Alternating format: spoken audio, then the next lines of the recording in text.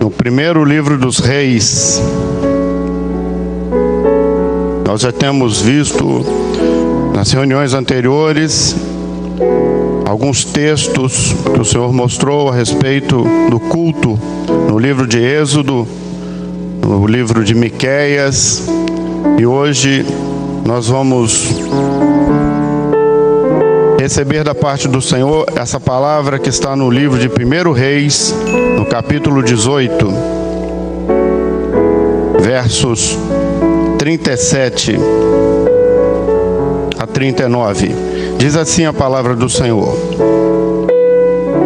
Responde-me, Senhor, responde-me, para que este povo conheça que Tu, Senhor, és Deus, e que Tu fizeste tornar o seu coração para trás. Então caiu fogo do Senhor e consumiu o holocausto, e a lenha, e as pedras, e o pó, e ainda lambeu a água que estava no rego. O que vendo todo o povo, caíram sobre os seus rostos, e disseram: só o Senhor é Deus, só o Senhor é Deus. Aleluia. Senhor Deus, nós te glorificamos nesta manhã pela Tua bênção que tem enchido o nosso coração nesses dias. Por este culto que podemos prestar todos juntos na Tua presença. Pelo poder do sangue de Jesus que alcança o nosso coração. Agora queremos te pedir que a Tua palavra ache lugar no nosso coração, e o Senhor edifique a Tua igreja, e só o Teu nome seja glorificado em todas as coisas. É o que te pedimos, no nome de Jesus. Amém.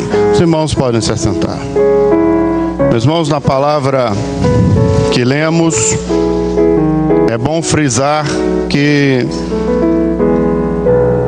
neste culto que Elias, o profeta Elias, presta ao Senhor, havia necessidade de uma restauração. Porque, sendo bem breve, o povo havia se afastado de Deus. Nos dias de Elias, o rei Acabe havia se casado com uma mulher que se chamava Jezabel. E Jezabel levou para dentro de Israel a idolatria, levou deuses estranhos, e ela tinha também 400 profetas de Azera que estavam ali, convivendo ali. Além disso, 450 profetas de Baal também compunham, eu vou usar uma expressão aqui, e peço a compreensão dos irmãos, uma reunião ecumênica foi formada em volta de um culto estranho, um culto que não podia agradar ao Senhor, porque ele não estava de acordo com os preceitos que o Senhor tinha orientado. Desde Abraão, o culto que Abraão fez, o culto que Moisés trouxe e outros servos haviam recebido da parte do Senhor. Aquele culto que era feito agora não agradava, não podia agradar ao Senhor, porquanto não atendia os preceitos. E a situação é que o povo que via aquilo, a Bíblia diz que o povo cocheava entre dois pensamentos. Eles não sabiam se era Baal, a quem deveriam adorar, ou se era o Senhor. E o povo entrou então numa apostasia. O povo se afastou do Senhor. Elias se viu forçado então a fazer um confronto, vamos dizer assim, fazer uma reunião para mostrar ao povo quem era o Senhor. E fizeram. Eles foram ao Monte Carmelo.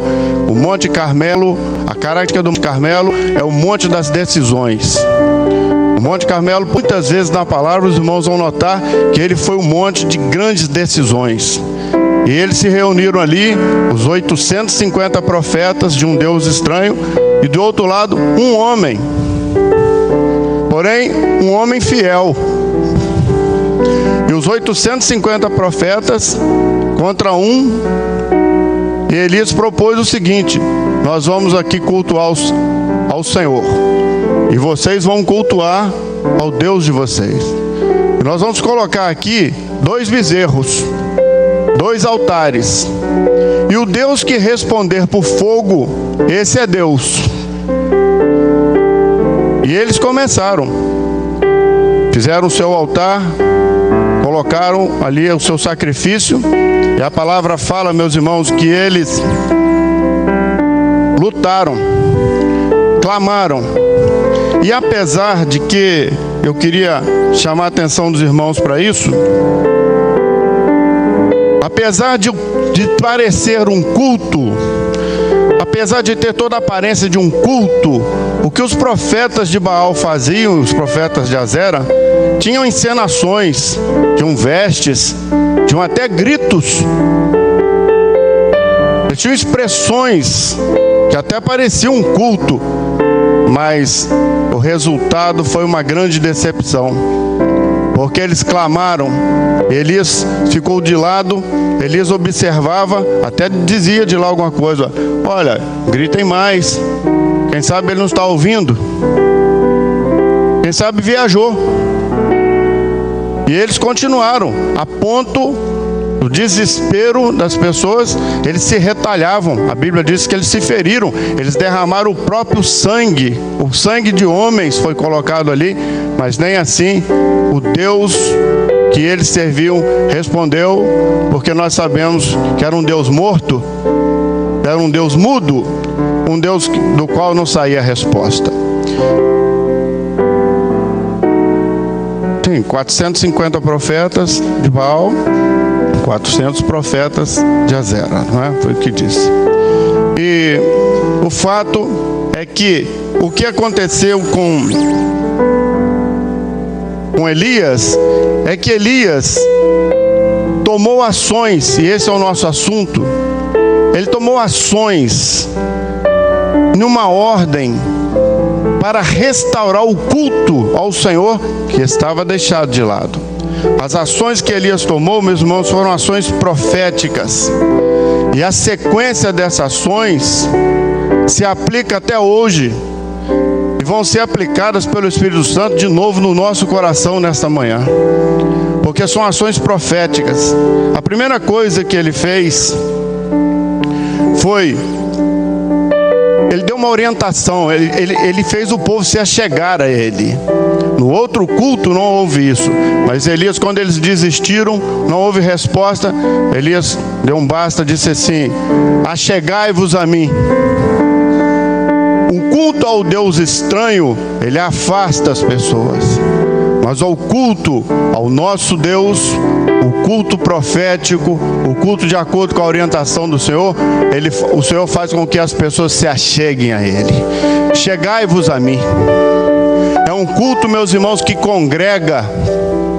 É um culto que leva o homem a se chegar ao Senhor.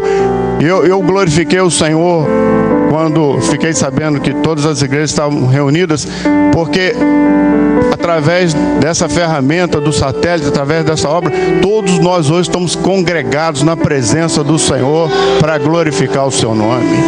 Achegai-vos a mim. Meus irmãos, sempre foi a finalidade do culto que o Senhor nos ensinou.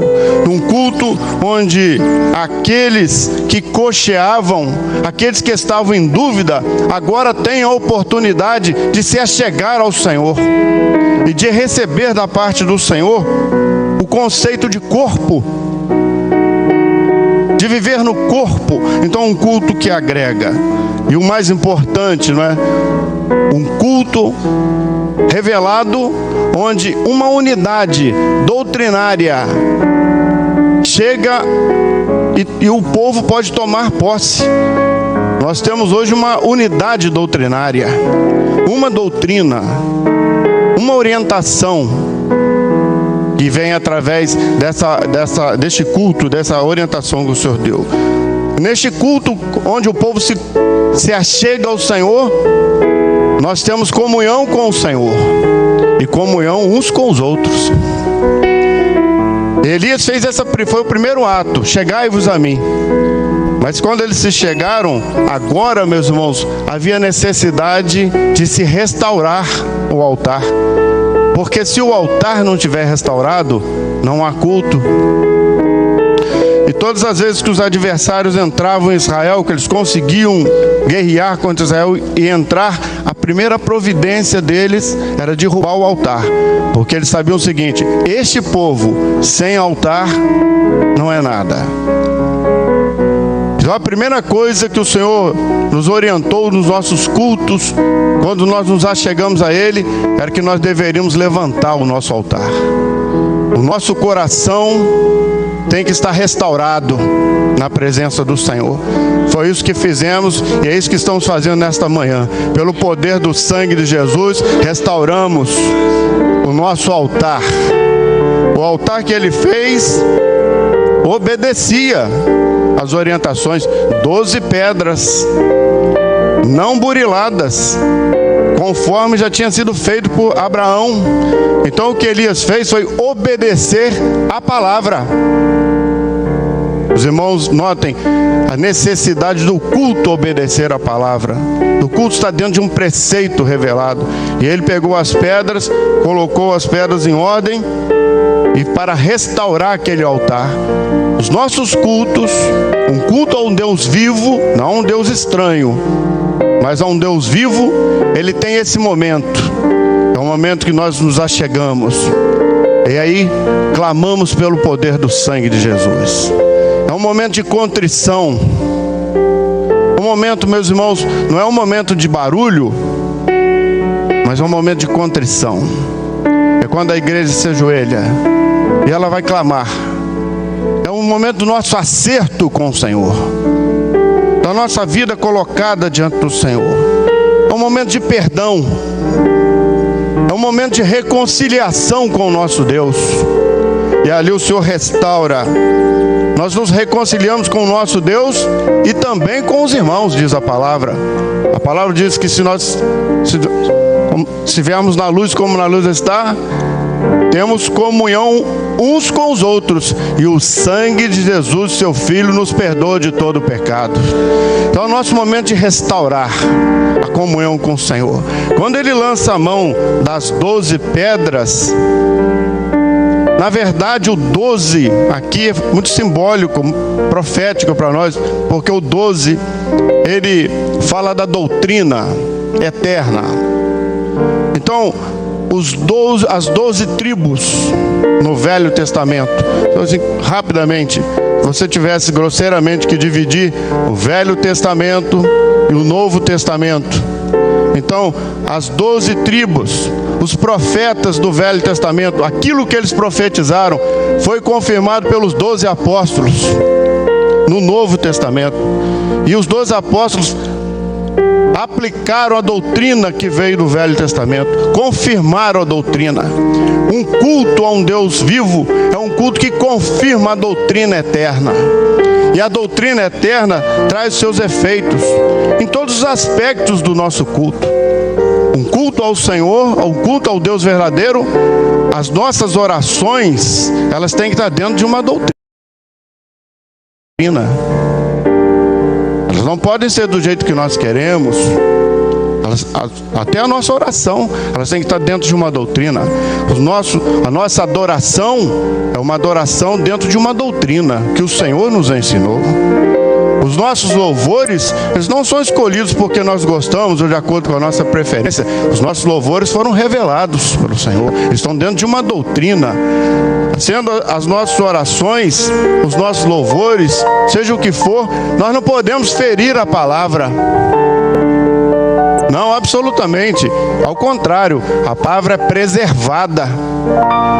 A doutrina, ela não pode ferir a palavra, não, ao contrário. Ela tem que estar baseada na palavra. E meus irmãos, ele edificou o altar. O resultado deste culto são servos edificados. Nós podíamos até glorificar o Senhor, não é verdade? Servos edificados,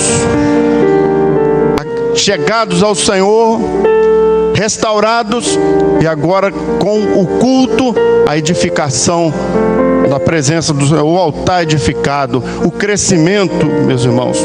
O adorador, edificado na doutrina. Os irmãos me permitem repetir? O adorador edificado na doutrina. Pois que passamos aqui no Manaim esse final de semana, um seminário maravilhoso. O adorador edificado na doutrina, solidificado.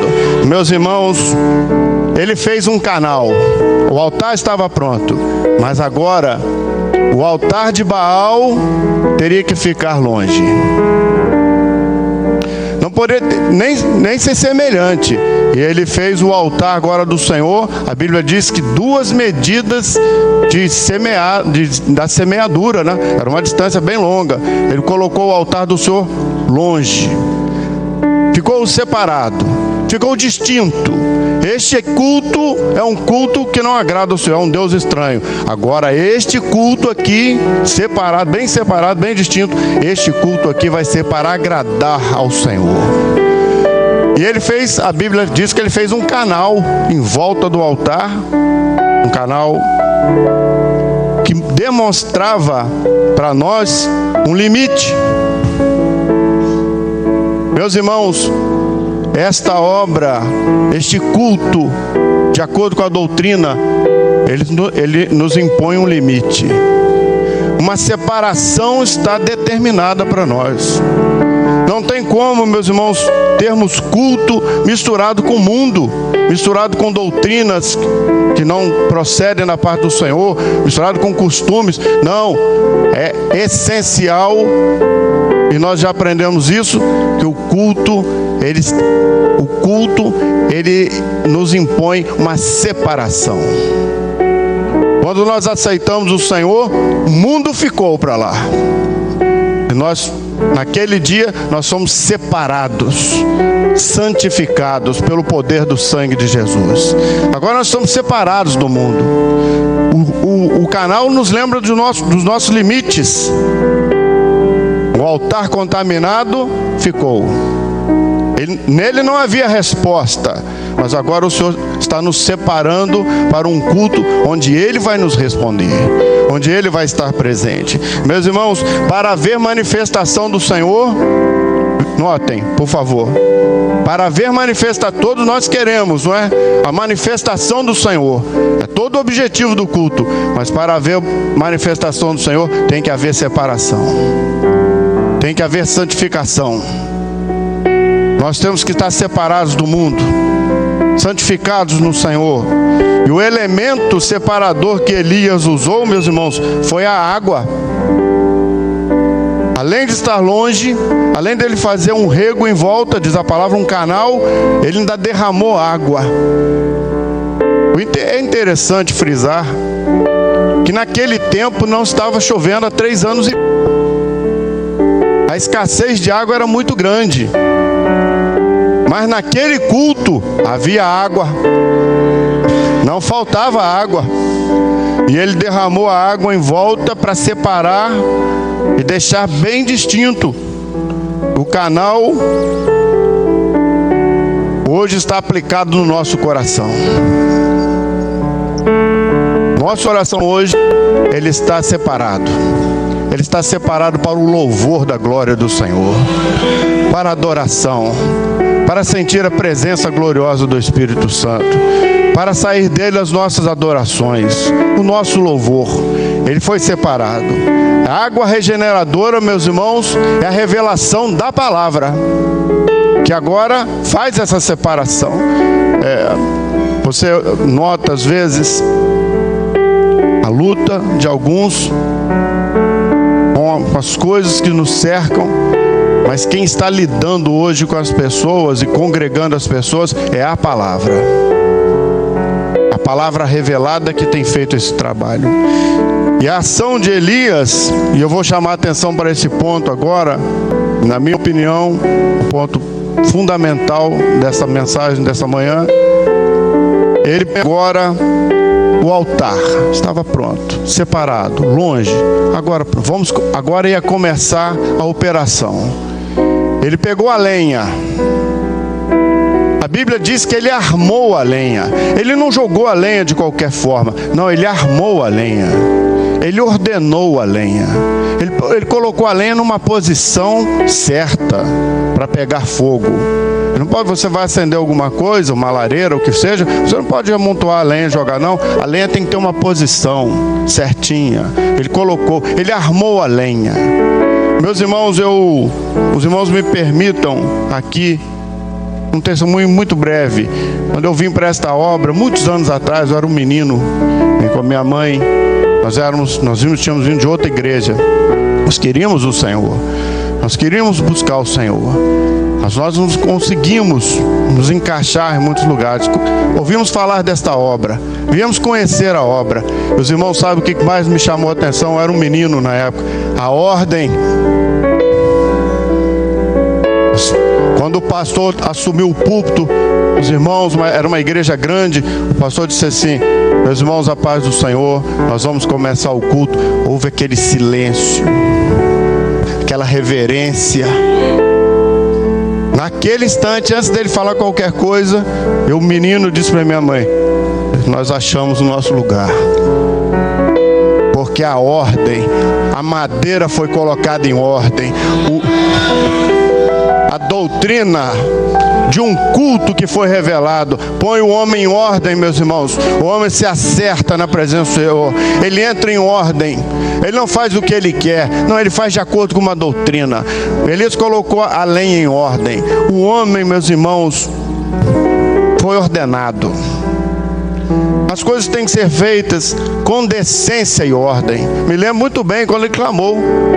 Ele clamou, você podia escutar. Silêncio. Ele fez o clamor, a igreja se levantou, o culto se processou e nós ficamos maravilhados. O Senhor falou, nós ouvimos. Nós não ouvimos. Nós ouvimos o que o Senhor falou. Saímos de lá embriagados.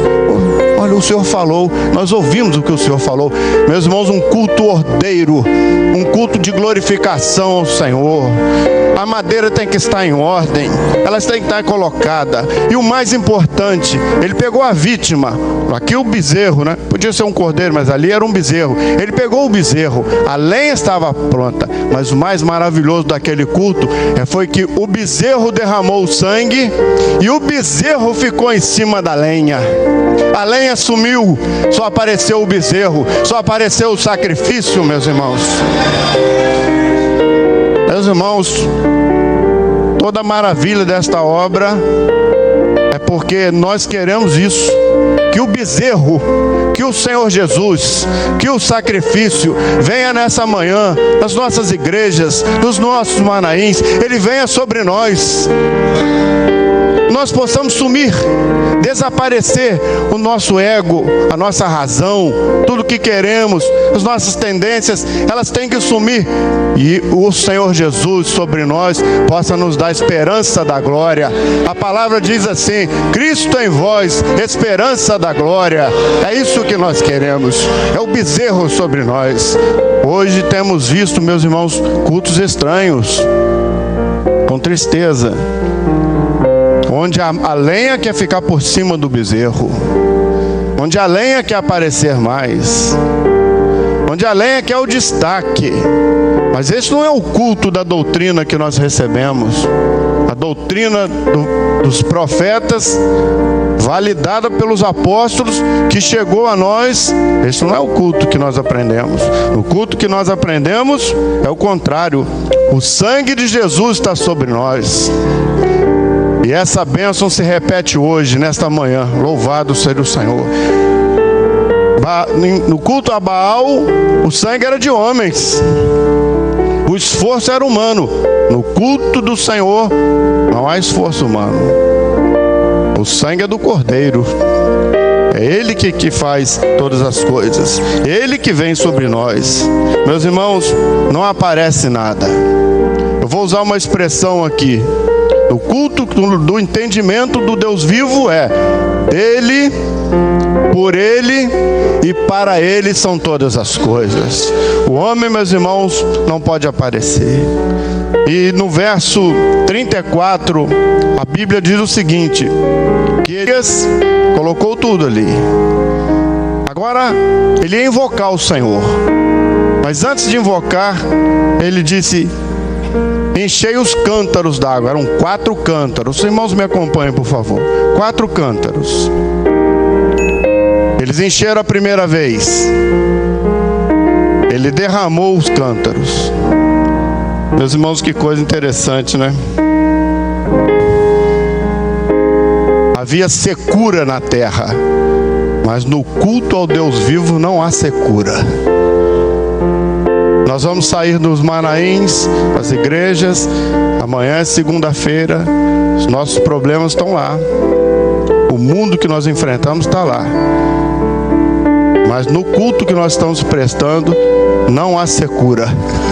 A abundância de água, a abundância de revelação, a abundância da presença do Espírito Santo, a abundância do Senhor. Está faltando água para o mundo? Por certo.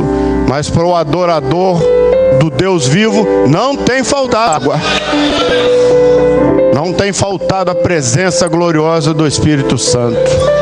O seu socorro, a sua bênção. A situação é a mesma de hoje, não é?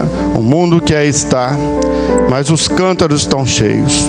Ele colocou primeiro a água, depois o fogo. Para nós fica uma lição muito importante. Primeiro nós nos purificamos com água, depois vem a resposta do Senhor. Nós vamos começar o nosso culto. Primeiro nos purificamos, depois vem a resposta. A santificação vem primeiro. Isso está imposto a nós, o nosso desafio. E, meus irmãos, ele colocou todas as coisas em ordem, colocou a água, e a Bíblia diz o seguinte: ele disse: derramai a segunda vez. Já tinha derramado uma, derramai a segunda, mais 4 cântaros de água. Molhou o bezerro, molhou a lenha. Derramai a terceira vez, 3 vezes. Derramaram mais 12 cântaros de água. O culto ao Senhor verdadeiro, o culto de acordo com a palavra dele, a doutrina é abundante, meus irmãos. Ela transborda. A cada culto, a cada seminário, uma orientação nova da parte do Senhor. A forma dele trazer, congregar o povo dele. E ele, meus irmãos, ele derramou. 3 nos fala da Trindade, sabemos bem todos. 3 nos fala da operação desta hora. A operação deste culto não depende da cultura humana, nem da sabedoria humana, mas ela é simplesmente e maravilhosamente a operação do Pai, do Filho e do Espírito Santo no meio da igreja. É a água derramada, meus irmãos, uma água abundante. Atender a orientação do Espírito Santo é viver essa água abundante. A hora é de secura, mas obedecendo ao Espírito Santo, nós temos água com fartura, meus irmãos. A água cobriu tudo, molhou tudo e encheu o canal em volta. Os irmãos vejam que coisa, né? Interessante. Ela encheu o canal, cobriu todo o canal. Meus irmãos, a nossa experiência nesses últimos dias que antecedem o arrebatamento da igreja é a experiência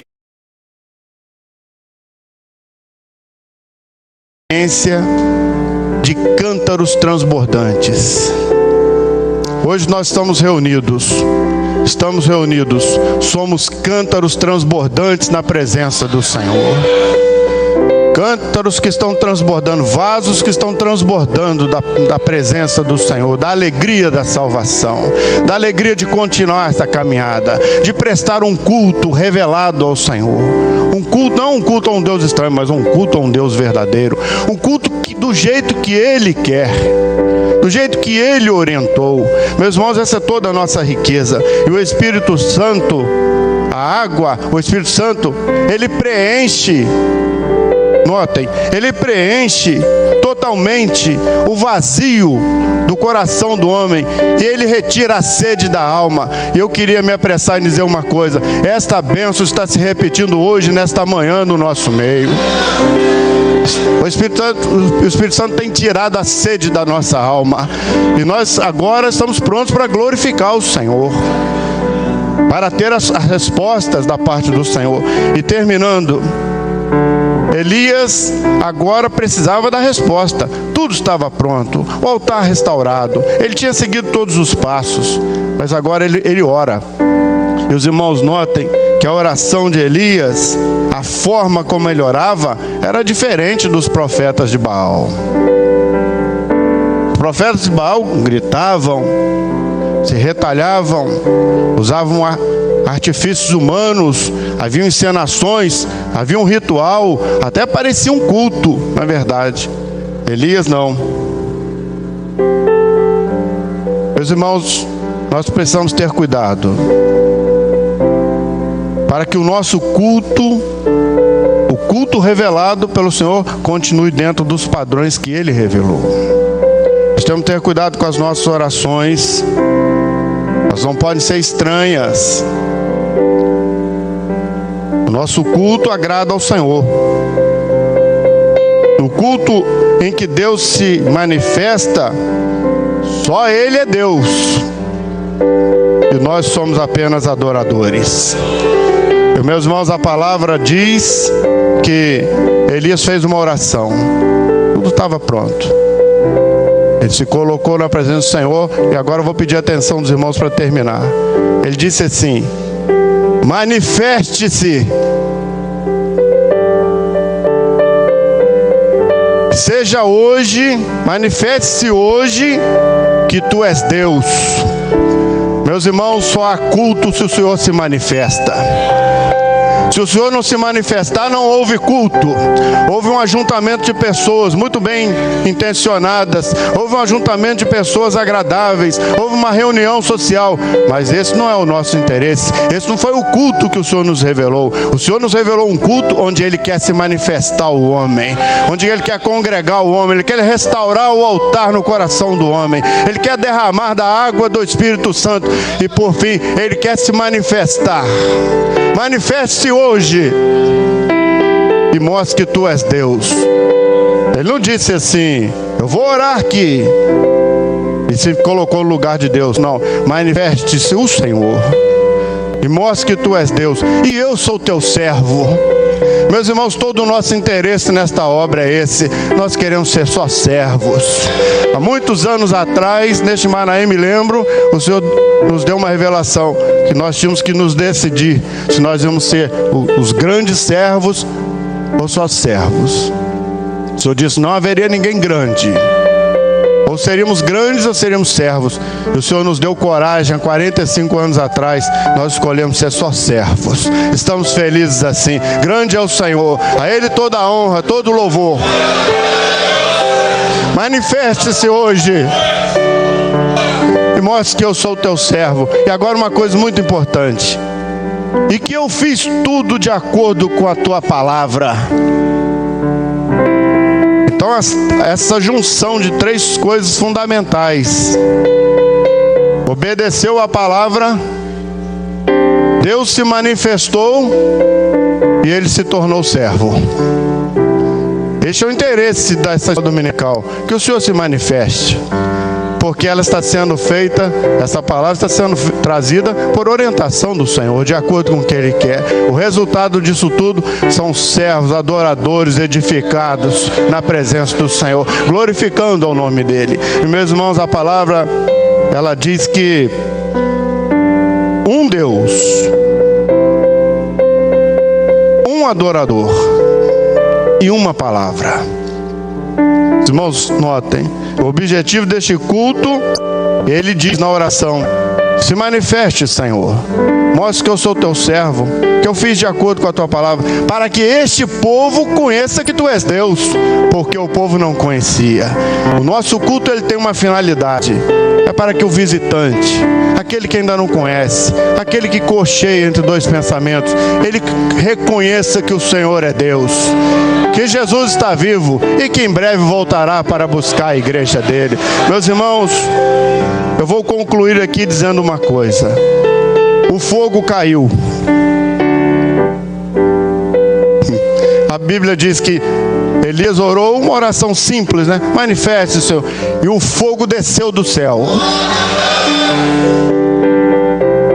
O fogo desceu, queimou o bezerro, queimou a lenha, queimou pedra, queimou o pó, e se fosse pouco ainda lambeu a água toda em volta, consumiu o altar, tudo, levou tudo, porque tudo era para ele, levou tudo para ele, a glorificação.